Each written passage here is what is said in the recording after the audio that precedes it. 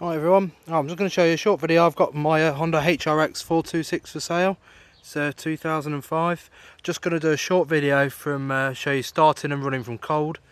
As you can see, the engine's stone cold. If I hold my hand on the back of the front of the engine and the exhaust here, put my finger inside it, stone cold, not been ran for about 2 weeks.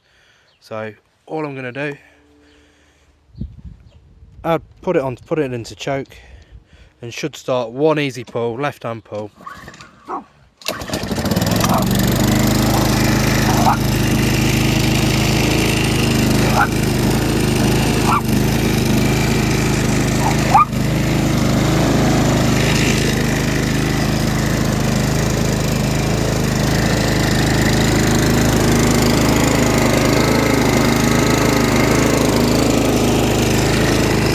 Now I'm just going to engage the blades.